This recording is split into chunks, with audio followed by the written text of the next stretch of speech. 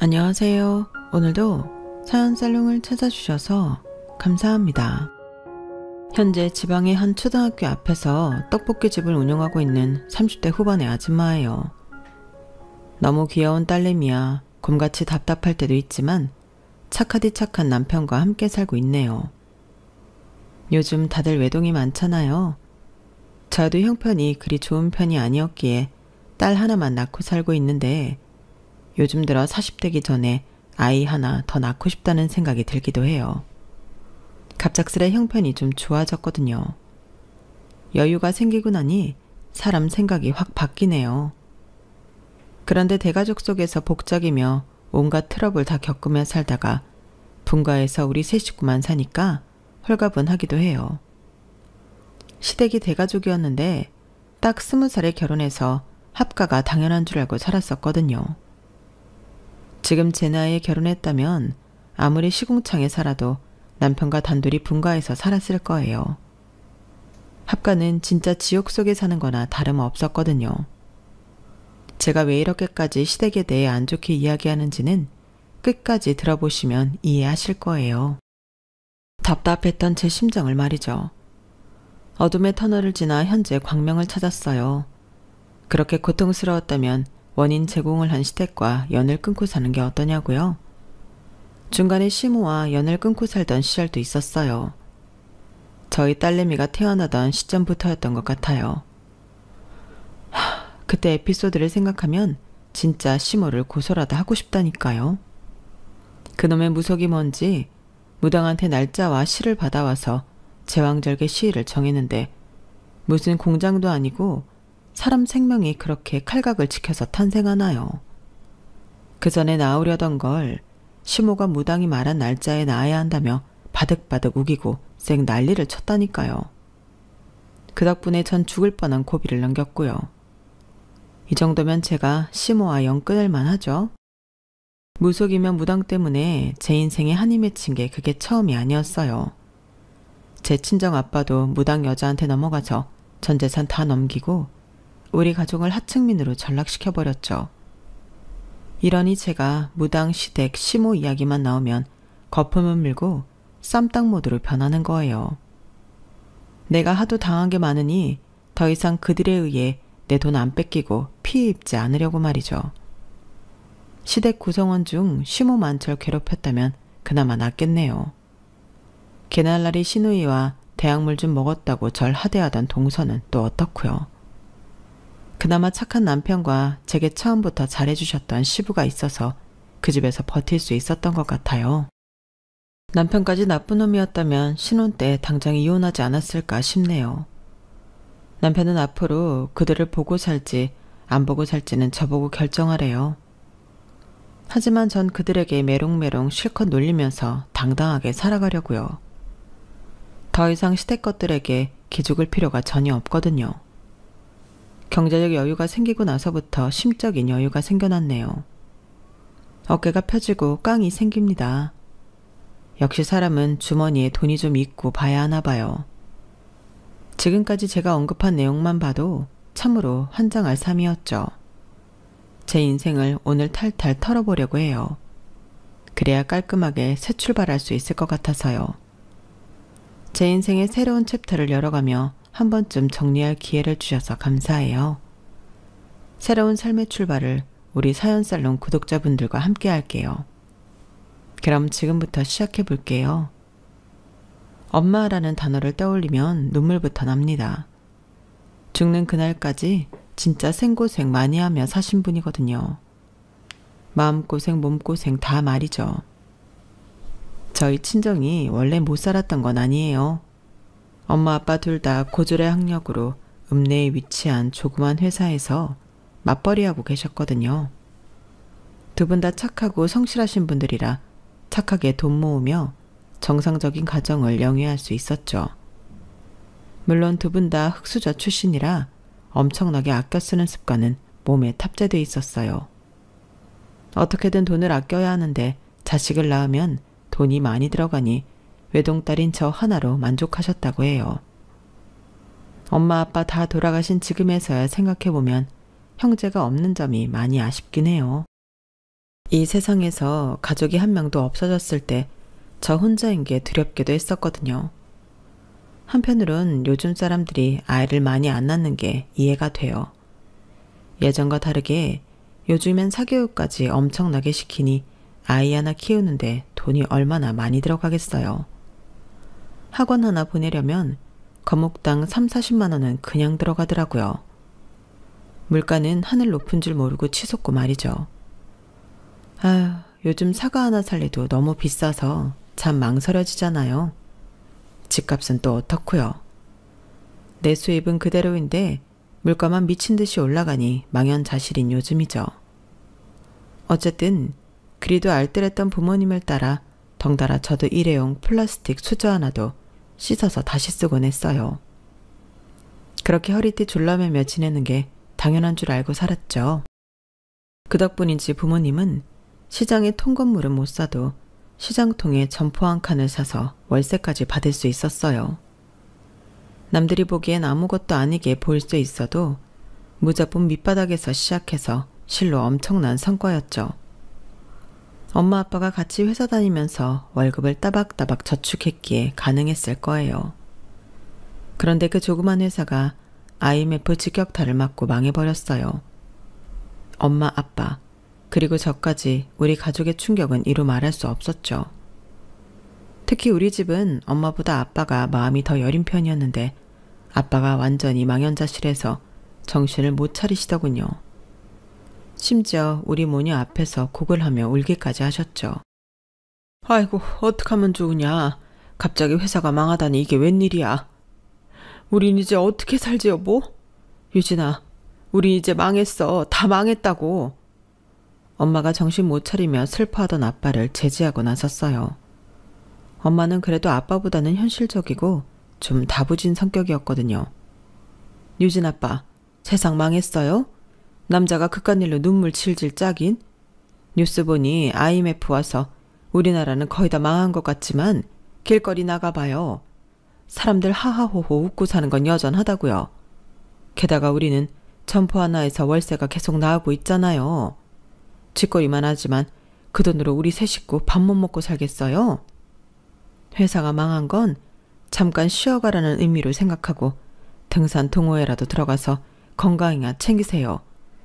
난 가만히 있으면 좀이 쑤시는 타입이니 동네 돼지 축사에 가서 알바라도 하려니까. 놀면 뭐 하겠어요. 당신이 그렇게 말해줘서 정말 고마워.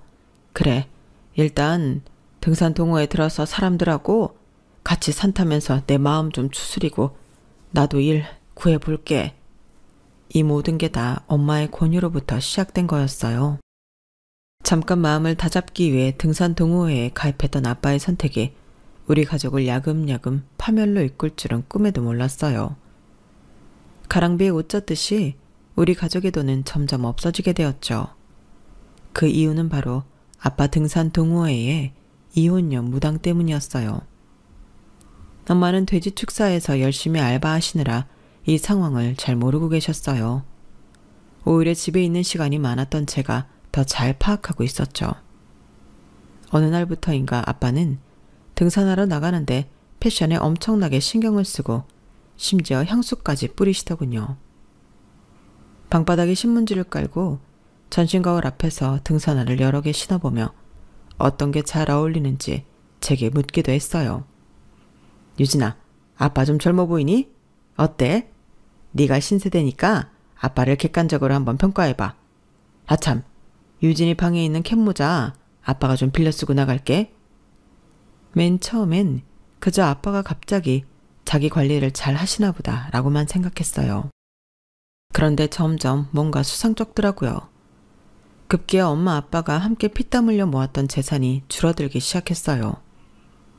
엄마도 이 사실을 알아채고는 그때부터 전쟁이 시작되었죠. 당신 이리 좀 앉아봐요.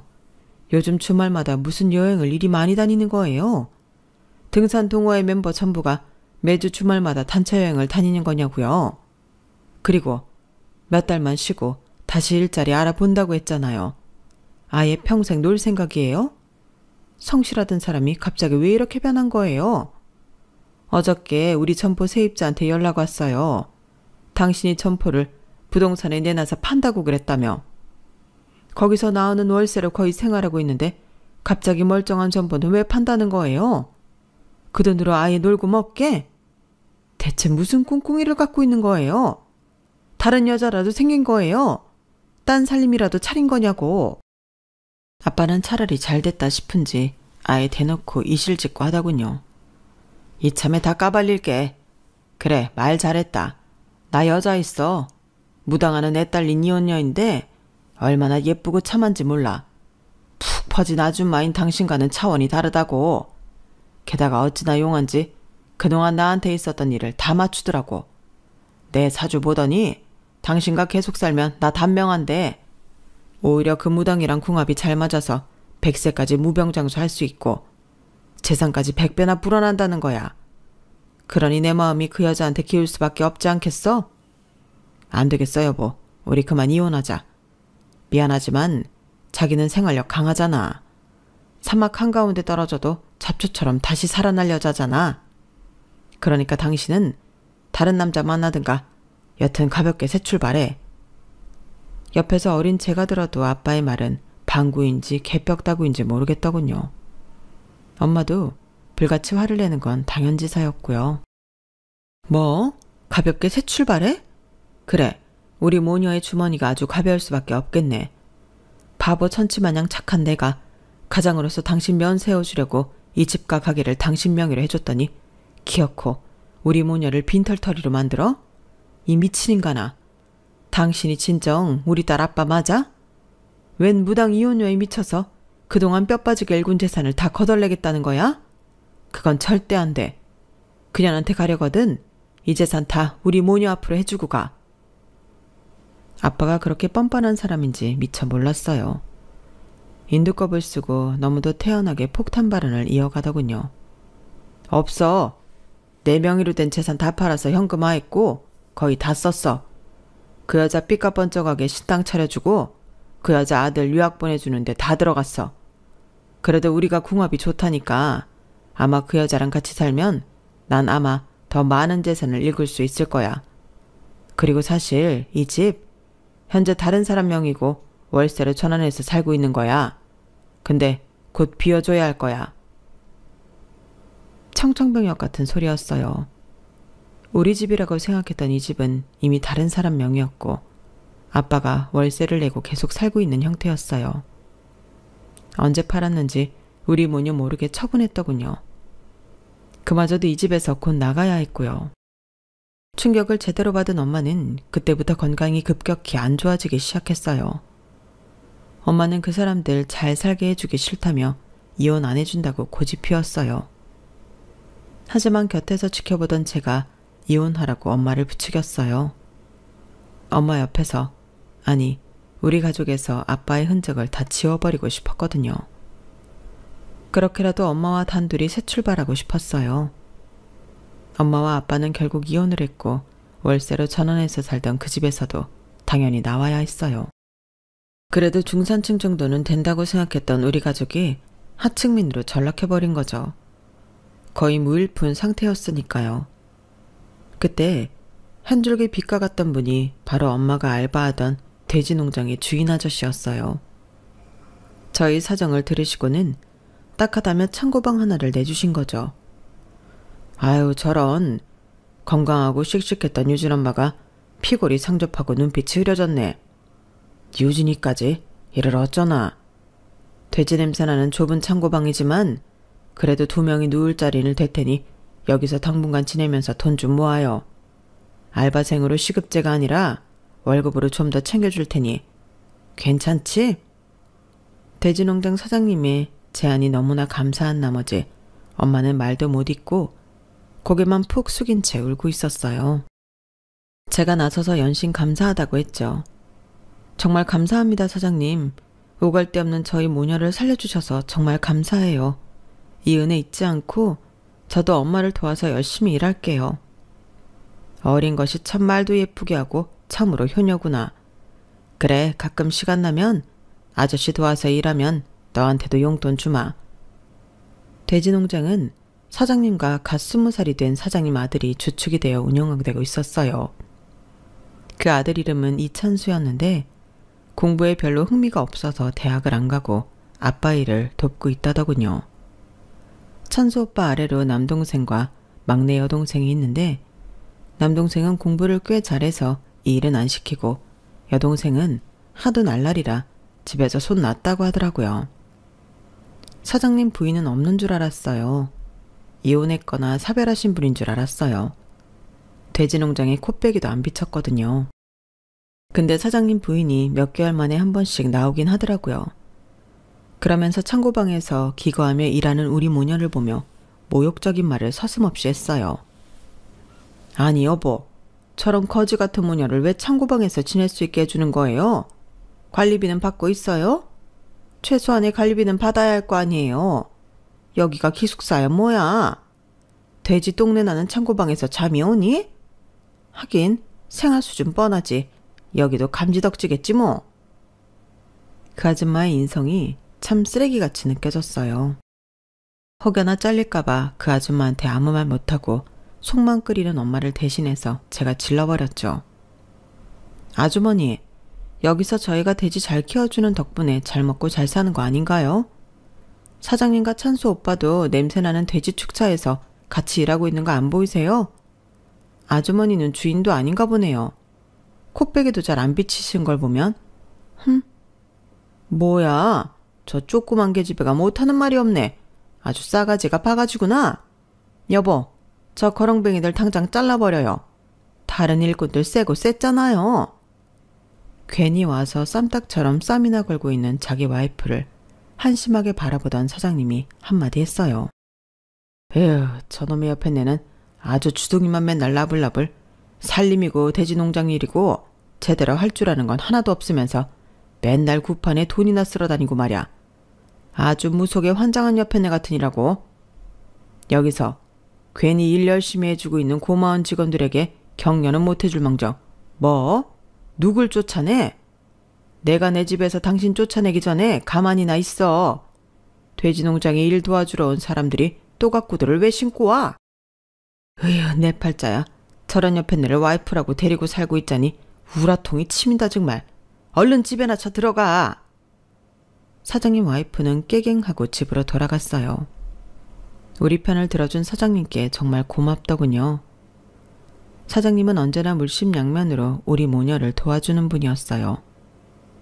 몇 년이 흐르고 축사 생활에 완전히 익숙해질 때쯤 제 삶에 고비가 연달아 닥쳐왔어요. 학교에서 돌아와 엄마 일을 돕고 있는데 우리 가족에 대해 속속들이 알고 있는 마을 이장님이 달려오시더군요. 유진 엄마, 유진아, 아이고 일을 어쩐다냐? 듣자 아니 네 아빠가 3살림 차린 그 여자란 서울로 차 타고 나가다가 고속도로에서 트럭에 받쳐 그 자리에서 아작나고 말았단다. 아주 그냥 뼈까지 갈렸나 봐. 일을 어쩌냐 어째.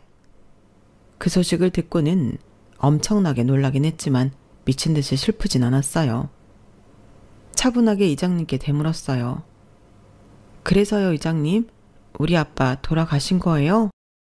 아이고 그래. 그 자리에서 차에 탄 사람 다 죽었단다. 왜 그 여자가 아들도 하나 있다고 했잖냐? 그 셋이 싹 다 죽어버렸대. 전 눈물이 안 났지만 엄마는 어깨를 들썩이며 흐느끼더군요. 유진 아빠, 결국 몇 년 만에 이렇게 될 걸. 내 옆에 있지. 왜 험한 곳에 가서 험한 꼴을 당해 왜? 전 충격을 받은 엄마를 다독이며 위로해드렸어요. 엄마, 이제 아빠는 더 이상 우리 가족 아니라고 그렇게 여기며 살자고 했었잖아요. 너무 슬퍼 말아요. 내 곁에 엄마만 있으면 돼. 다 필요 없어. 그게 제 진심이었어요. 전 아빠 장례식장에도 가지 않았어요. 사진으로도 그 얼굴을 마주하고 싶지 않았거든요. 엄마만이 유일한 내 가족이라고 여기며 살았어요. 그런데 몇 개월 후 유일한 내 핏줄인 엄마마저 저 세상으로 떠나보내야만 했어요. 자꾸 허리와 배가 많이 아프다던 엄마가 건강검진을 해봤는데 췌장암 진단을 받았어요. 그것도 말기에 가까웠기에 손쓸 방법이 거의 없었죠. 어쩐지 몇 개월간 엄마가 살이 급속도로 빠지더라고요. 그 소식을 듣고는 저도 하늘이 무너질 듯 싶었지만 축사에서 함께 일하던 사장님과 찬수 오빠도 함께 슬퍼해졌어요. 아유, 유진 엄마. 이제 유진이랑 행복할 일만 남았는데 유진이 20살 되는 해에 이게 무슨 일이고. 내 탓도 크네. 사장인 내가 유진 엄마가 골골댈 때 바로 큰 병원을 가보게 했어야 했는데 괜히 일만 시켜서 사람을 사지로 몰아넣었어. 정말 미안하네. 이 일을 어찌할꼬. 그래도 사람 목숨이 질긴 법이니 내가 최선을 다해 유진 엄마 살릴 방법 찾을 테니까 아무 걱정 말고 치료나 잘 받아요. 감사하게도 사장님은 엄마의 치료비 전액을 다 대주셨어요. 전 고등학교도 졸업했으니 24시간을 엄마의 간병에 힘을 쏟을 수 있었고요. 하지만 모두의 정성이 무색하게도 엄마의 병색은 급속도로 악화됐고 거의 임종을 앞두고 있었어요. 엄마와의 하루하루가 너무 소중하고 시간이 흐르는 게 진짜 아까웠어요. 엄마와 단 몇 주만이라도 함께하고 싶은 게 제 소원이었죠. 엄마는 본인의 삶이 거의 다 된 걸 감지했는지 저와 사장님을 옆에 두고 마지막 말을 남겼어요.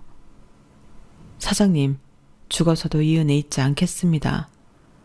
그런데 저승 가기 전에 마지막 소원이 하나 있어요.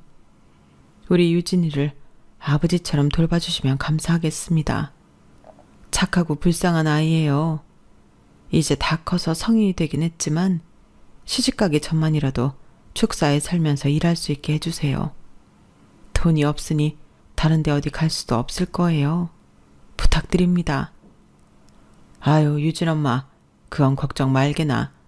내가 유진이 끝까지 책임질 테니 아무런 근심 걱정 없이 평화롭게 천국에 가도 돼. 사람은 누구나 다 죽는 법이니 너무 슬퍼할 것도 없어. 먼저 가서 조금만 기다려. 우리 모두 다 죽어서 천국에 가서 만납시다. 아휴, 불쌍한 사람 같으니라고. 엄마는 며칠 후 돌아가셨어요. 사장님과 찬수 오빠가 마치 가족 장례식을 치르듯이 하나부터 10까지 다 챙겨주셨어요. 진짜 내 가족 같았죠? 정말 감사했어요. 장례식 후 사장님은 제게 축사에 남아서 일을 해도 되고 다른 사무직이 하고 싶으면 취업을 알아봐도 좋다고 하셨어요. 취업 준비를 한다면 축사 일을 굳이 안 해도 엄마가 받았던 월급을 그대로 제게 주시겠다면서 말이죠.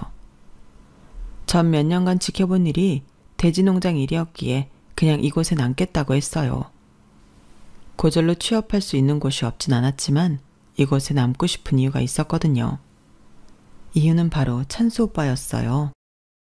군대를 다녀온 찬수 오빠는 본격적으로 돼지 축사일을 했어요. 사장님보다 축사일에 더 적극적으로 관여해서 사업을 확장하기도 했죠. 착하기도 하고 성실한 그 모습에 어릴 적부터 오빠를 좋아하고 있었던 것 같아요.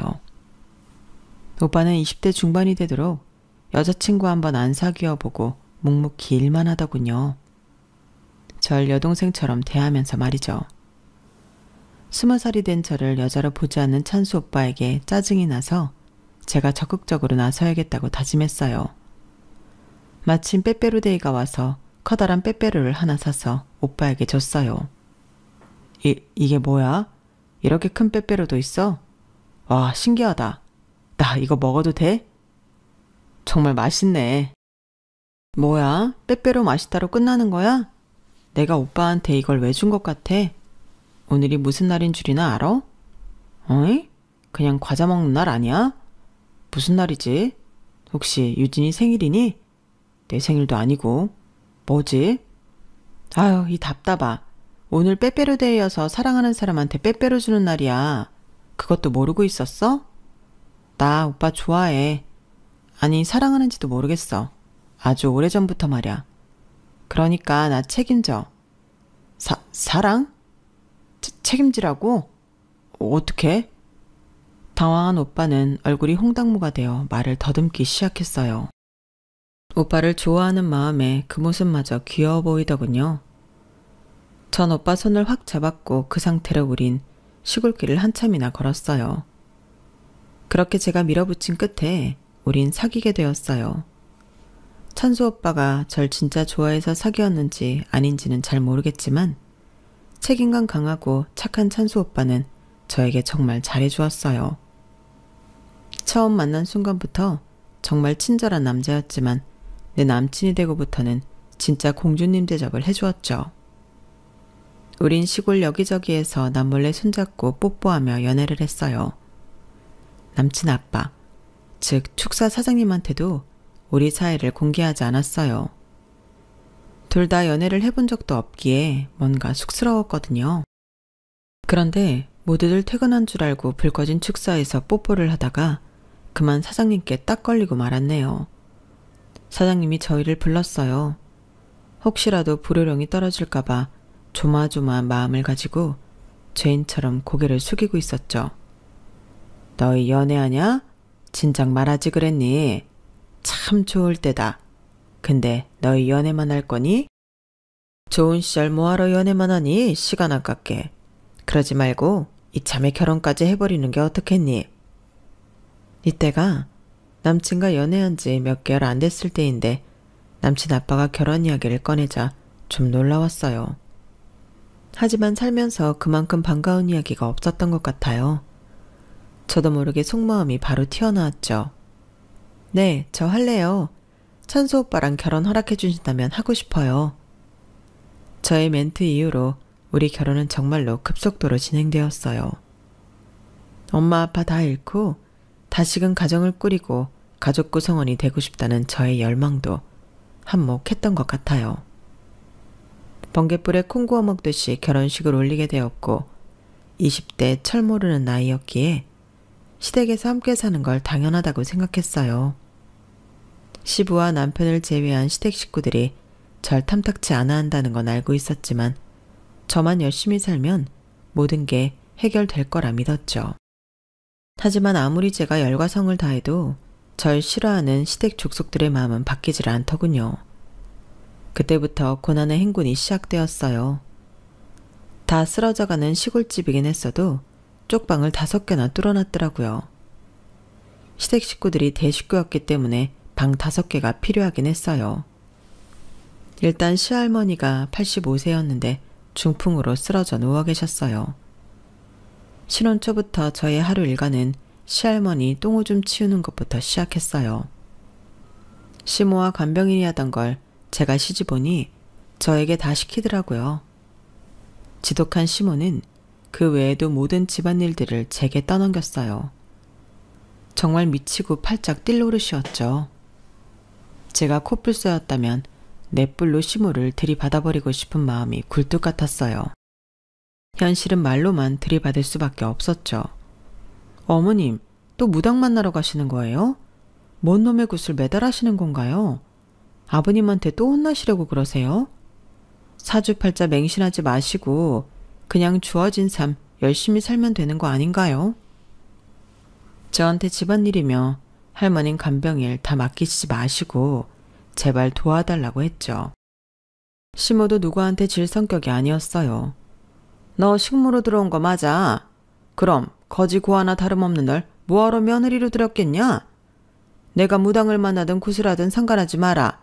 이 세상 만사는 다 하늘이 점지해주는 거니까.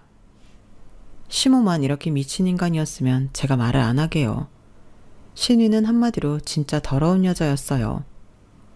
어찌나 자기 방 청소를 안 하던지 시모가 시켜서 신우이 방 청소를 하러 들어가면 쾌쾌한 냄새부터 시작해 받을 틈이 없었죠. 심지어 피 묻은 생리대가 붙어있는 팬티와 바지까지 그대로 허물벗듯이 벗어놓는 여자였어요. 그래놓고 본인은 향수까지 뿌리고 야한 옷 입고 맨날 유흥을 즐기러 나가더군요. 택시 불러서 최대한 시내까지 나가서 말이죠. 그러니 연년생으로 내리 애 셋을 낳아오더군요. 처음엔 모두를 너무 놀라 집안이 발칵 뒤집어졌지만 둘째, 셋째를 낳을 때는 다들 포기 상태였어요. 아니 아가씨, 대체 아기 아빠는 어딨어요? 남친이 있고 임신 상태였으면 얘기를 하셔야죠. 우린 아가씨가 단순히 살이 찐 줄 알았지 임신한 줄은 까맣게 다 모르고 있었잖아요. 그거 알면 새언니가 애기 키울 돈이라도 좀 보태줄 건가요? 참네, 주머니에 땡전 한 푼 없는 사람이 말은 많네. 애기 아빠 몰라요. 요즘은 세상이 쿨해져서 이런 케이스가 흔하다고요. 그렇게 쿨할 것 같으면 쏙 쿨하게 본인이 애 셋을 다 키울 것이지 제게 아기 육아까지 맡기더군요. 미치고 팔짝 뛸 노릇이었어요. 그렇게 시댁에 합가하여 생고생을 하다 보니 정작 내 아기를 가질 기력도 없었어요. 하도 스트레스를 받으니 아기가 생기지도 않더군요. 남편과 시부가 잘 챙겨주긴 했지만 점 39kg까지 살이 빠지는 등 약해져만 갔어요. 그러다 아주 어렵게 결혼한 지 몇 년 만에 아기가 생겼죠. 임신한 상태에서도 뼈 빠지게 대식구 뒤치다거리 하다 보니 어느덧 만삭이었어요. 한 8개월이 넘어가고 있을 때 시모가 무당을 만나고 와서는 그러더군요. 얘 며느리야, 너 애기 낳을 날짜랑 시간 받아왔다. 제왕절개 이 날짜에 맞춰서 하도록 해. 거의 명령조로 시모가 말하는 게 기분 나빴지만 요즘 젊은 사람들 제왕절개 많이 하니 그냥 알겠다고 했어요. 그런데 출산이라는 게 참 쉽지 않더군요. 시모가 말한 날짜 2주 전에 갑자기 진통이 왔어요. 그러더니 한 번도 보지 못한 선홍빛의 물이 줄줄 터져나오더군요. 바로 양수가 터진 거였어요. 저와 남편은 너무 놀라서 119를 부르고 병원 갈 채비를 재빨리 하고 있었어요. 갑자기 시모가 방에 들어와서는 난리 부르스를 하더군요. 어딜 가냐? 안 된다. 양수가 터지든 애기 머리가 나오든 무조건 막아. 아주 용한 무당이 그 날짜에 애기가 이 세상에 나와야 나중에 돈 많이 버는 사람이 된다고 했다. 지금 병원에 가면 절대 안 돼. 어머님 미쳤어요? 돈 많이 버는 사람이 되기 전에 일단 애기가 태어나고 봐야 할 거 아니에요. 우리 애기 죽게 만들 작정이에요? 어서 비키세요. 남편과 시부까지 나서서 시모를 제지하고 나섰어요. 엄마, 물러서세요. 양수까지 터진 마당에 우리 아기 죽어요. 구급차를 타고 병원에 가서 위험할 뻔한 고비를 몇 번 넘기고 다행히 예쁜 딸내미를 낳았어요. 목숨을 걸고 아기를 낳았던 일련의 과정들을 거치면서 친정엄마가 미치도록 그리웠어요. 우리 엄마도 이렇게 날 힘들게 낳고 돌봐줬을 생각을 하니 고맙기도 하고 너무 보고 싶었죠. 며칠에 걸쳐 그렇게 서럽게 운 산모는 아마 저뿐이었을 거예요. 그러면서 양수까지 터졌는데 애를 다시 들이밀라고 하면서 출산을 못하게 막아선 시모가 악마같이 느껴지더군요. 날 딸처럼 대해주는 시부 빼고는 시댁 식구들 전부가 진절머리 나게 끔찍했어요. 다시는 꼴도 보기 싫었죠. 남편에게 선언했어요. 나 그 거지 소굴 같은 시댁으로 다시 들어가고 싶지 않아. 우리 읍내 초등학교 앞에서 떡볶이 장사라도 하면서 따로 분가해서 삽시다. 시댁 식구들 얼굴도 보기 싫고 더럽고 치사한 노예 노릇도 더 이상 하기 싫어. 더군다나 우리 딸내미까지 그 소굴에서 키우긴 죽기보다 싫어. 내 제안이 싫으면 나 혼자 이 아이 키우며 살 거야. 나랑 이혼해도 좋아. 갑자기 이혼? 그게 무슨 소리야. 알았어. 나도 당신이 우리 가족들한테 희생당한 거 충분히 알고 있어. 당신은 며느리로서 할 몫 다 했어. 당신 뜻대로 합시다. 난 당신과 우리 딸만 있으면 돼. 그렇게 아기를 낳음과 동시에 우리는 분가했어요. 그리고 시댁과 연을 끊었어요. 제 뜻대로 초등학교와 중학교가 있는 곳에서 떡볶이 가게를 하며 생계를 유지했어요. 다행히 장사가 잘 되어 월세에서 전세로 집도 옮길 수 있게 되었어요. 한 5년 만에 말이죠. 그 5년 동안 시댁에서 오는 모든 연락은 다 씹었어요. 시부한테 오는 연락까지 받지 않았어요. 시부한테는 너무 죄송했지만 시부 입을 통해 시댁 이야기를 간접적으로 듣는 것조차 싫었거든요. 시댁과 연을 끄는 그 5년이 너무 자유롭고 평화롭게 느껴졌어요. 아침부터 저녁까지 아이를 돌보며 일을 병행해도 힘든 거 하나도 모르겠고 인생의 꿀맛처럼 느껴지더군요. 사람한테 스트레스 안 받는 게 이토록 중요한지 몰랐네요. 그렇게 시댁을 잊고 살고 있는데 시부가 떡볶이 가게로 찾아왔어요. 그리고는 봉투를 하나 내밀면서 눈물까지 비쳤어요. 이 아이가 우리 손녀니? 이름이 뭐니? 너무 예쁘구나. 유진아, 네가 내 전화 그동안 안 받은 거 다 이해한다. 그런데 지난 5년간 우리 집에 많은 일이 벌어졌어. 중풍으로 누워있던 우리 어머니는 돌아가셨고 애 셋 낳고 말썽 부리던 네 시누이는 애들 데리고 집을 나가버렸어. 네 시애미도 무당집에 가는 일을 좀 줄인 것 같아. 내가 하도 뭐라 하니깐 말이야.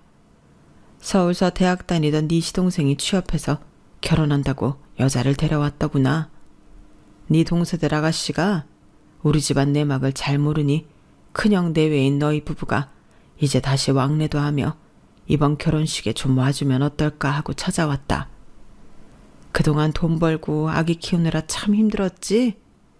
얼마 안 되지만 이 돈으로 우리 손녀딸 예쁘게 키우는데 보태 쓰도록 해.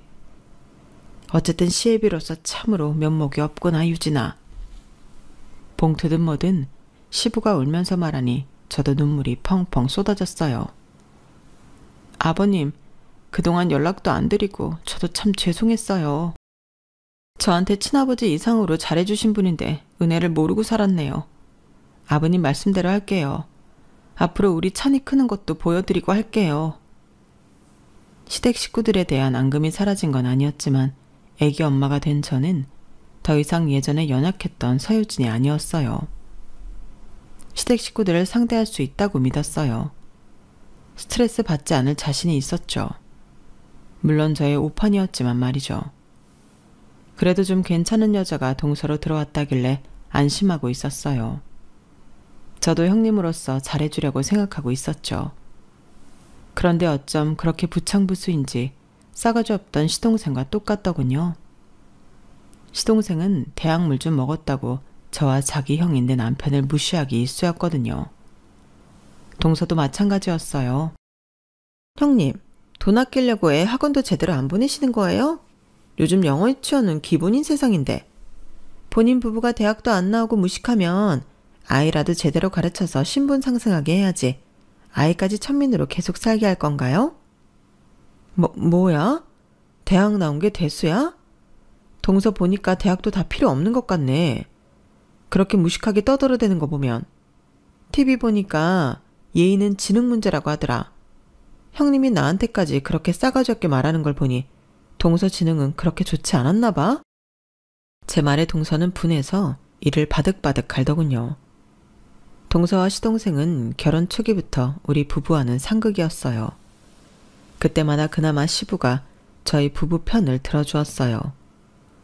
역시 시댁 식구들 중 믿을 존재는 시부뿐이었죠. 그런 시부가 너무 마음 아프게도 위안 판정을 받았어요.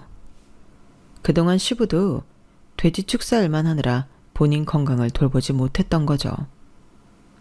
전 친정엄마를 암으로 잃었던지라 시부까지 암으로 떠나보낼까봐 마음이 조마조마하더군요. 시부가 수술을 한다기에 일을 하는 제가 할 수 있는 건 수술비를 보태는 것밖에 없었어요. 일단 돈 500만 원을 시모 계좌로 붙였어요. 그러고도 마음이 안 놓이더군요. 심성 안 좋은 시모가 간병을 정성스럽게 할 리가 없었기에 단 며칠만이라도 제가 직접 간병하고 싶어 간단히 짐을 싸들고 병원으로 갔어요. 수술 준비를 위해 입원해 있는 시부가 절 보고 반기며 웬 서류를 주더라고요. 유진아, 바쁜 네가 나 간병해 주려고 이렇게 찾아와줘서 너무 고맙다. 나한텐 그 어느 가족보다 네가 최고다. 위암 수술이 어떻게 될지는 잘 모르겠지만 전반적으로 몸이 너무 약해진 게 느껴져. 아무래도 오래 살지 못할 것 같아. 내가 네 CM이나 다른 자식들이 워낙 돈을 펑펑 써대니까 그동안 모아놓은 돈을 밝히지 않고 있었는데 그래도 꽤 된다. 너도 알다시피 돼지 축사일이 잘 돼 왔잖니. 그 돈으로 너희 떡볶이 가게가 있는 건물을 사려고 하고 있다. 너희 부부 공동 명의로 말이야. 그쪽 동네 부동산에 알아보니 마침 매물로 나왔더라고. 그 위에도 점포가 꽤 되니 월세 받으면 잔이 키우면서 넉넉하게 살 수 있을 거다. 건물 사고 남은 현금도 모조리 너희 부부에게 물려주고 싶어서 유언장에 다 써놨어. 변호사 사무실까지 가서 유언장 작성해놨으니 이거 받아라. 원본은 변호사에게 있다. 시부가 건네준 유언장 내용을 보고는 눈물부터 터져 나왔어요. 저와 시부는 부둥켜 안고 같이 한참을 울었죠. 시부의 수술이 마무리되었지만 의사에 의하면 암이 너무 많이 퍼져서 예후가 좋지 않다더군요.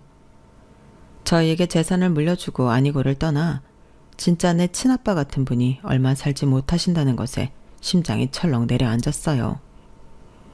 그런데 사이코 같은 시모는 별로 슬퍼 보이지도 않더군요. 동서와는 쿵짝이 잘 맞았는지 시댁에 가보니 동서가 와 있었어요. 시모가 병원에 아픈 시부를 덩그러니 혼자 두고 왔길래 간병하라고 남편을 서둘러 보냈죠. 시모가 뜬금없이 제게 돈 이야기를 하더군요. 절 슬슬 긁어서 열받게 하기 위함이었던 것 같아요. 네가 시아버지 수술비조로 보내준 500만 원 중에 돈이 많이 남더라. 그 돈 보태서 네 동서 샤넬백 사줬다. 새아가 저 방 가서 얼른 샤넬백 좀 가져와 봐라. 얼마나 때깔이 좋은지 몰라. 네 동서가 그동안 얼마나 고생했니? 얄미운 동서는 옆에서 한술 더 뜨더라고요. 형님 고마워요. 샤넬백 잘 쓸게요. 형님 살면서 샤넬백 실물로 처음 구경하죠? 많이 봐두세요. 평생 살면서 샤넬백을 이렇게 가까이서 볼 수나 있겠어요, 어디? 하긴 떡볶이 장사하면서 명품 백이 필요할 일도 없겠네요. 전 시장통에서 산 3,000원짜리 제 가방 안에 마침 아버님이 주신 유언장이 있어서 그들에게 꺼내서 보여주며 얘기했어요. 그깟 샤넬백? 잘 샀네. 이제 몇십억 부자인 나한테 몇백짜리 백은 더 이상 의미가 없지. 자, 어머님 동서 이것 보세요. 아버님께서 미리 작성하신 유언장이에요. 저희 부부가 현재 떡볶이 가게 운영하고 있는 그 건물 저희 부부 공동명의로 사주신다네요. 그리고 남은 현금도 모조리 우리 앞으로 주신다고 하고요. 아버님께서 저희 부부만 진짜 자식이며 가족이라고 여기고 계시더라고요. 유언장 내용 참 아름답죠? 시모와 동서는 난리가 났어요. 어머 형님, 몇십억짜리 그 건물을 왜 형님네 앞으로만 사줘요? 우리는요? 우리 서울 집값 비싸서 미치겠는데 우리 부부한텐 한 푼도 안 주신다고요? 그게 말이 되나요? 이 유언장 가짜죠? 맞죠? 동서는 현실을 부정하려 들었어요. 시모도 옆에서 난리치긴 마찬가지였죠. 지금까지 몇십 년간 같이 산 마누라한테는 한 푼도 안 준다고? 아니 그게 말이 돼? 내 돈, 내 돈! 전 유언장을 다시 3,000원짜리 내 가방에 고이 넣고는 정중히 인사하고 집으로 돌아왔어요. 제 뒤통수에 대고 온갖 비난과 저주를 퍼붓는 그들을 뒤로하고 말이죠. 마음속으론 그들에게 뻑큐라도 날리고 시댁을 나오고 싶은 심정이었죠. 그만큼 통쾌했어요. 하지만 너무 안타깝게도 시부는 급속도로 증세가 악화돼 몇 달 만에 돌아가시고 말았어요. 그 전에 진짜 말씀하신 대로 다 실행하고 돌아가셨어요. 덕분에 우린 건물주가 되었지만 여전히 떡볶이 가게를 운영하고 있네요. 한결 가벼운 마음으로 여유 넘치게 말이죠. 곳간에서 인신난다고 손님들에게 전보다 더 푸짐하게 챙겨드리니 장사도 더욱 잘 되더군요. 물론 직원 여러 고용해서 수월하게 장사하고 있네요. 시댁 식구들은 어떠냐고요? 이번엔 인연 끊지 않고 보란듯이 저희 잘 사는 모습을 보여주고 있어요. 저 괴롭히고 무시했던 시댁 식구들한테 복수하는 마음으로 말이죠. 앞으로도 우리 가족 열심히 행복하게 잘 살려고요. 그게 바로 최고의 복수인 것 같아요. 사연살롱 구독자분들, 우리 건강하게 천수만수 누리면서 웃으며 행복하게 살자고요.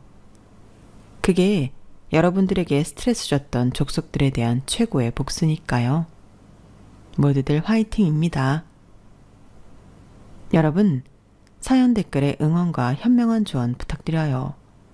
좋아요와 구독은 저에게 큰 힘이 됩니다. 오늘도 좋은 일 가득하세요.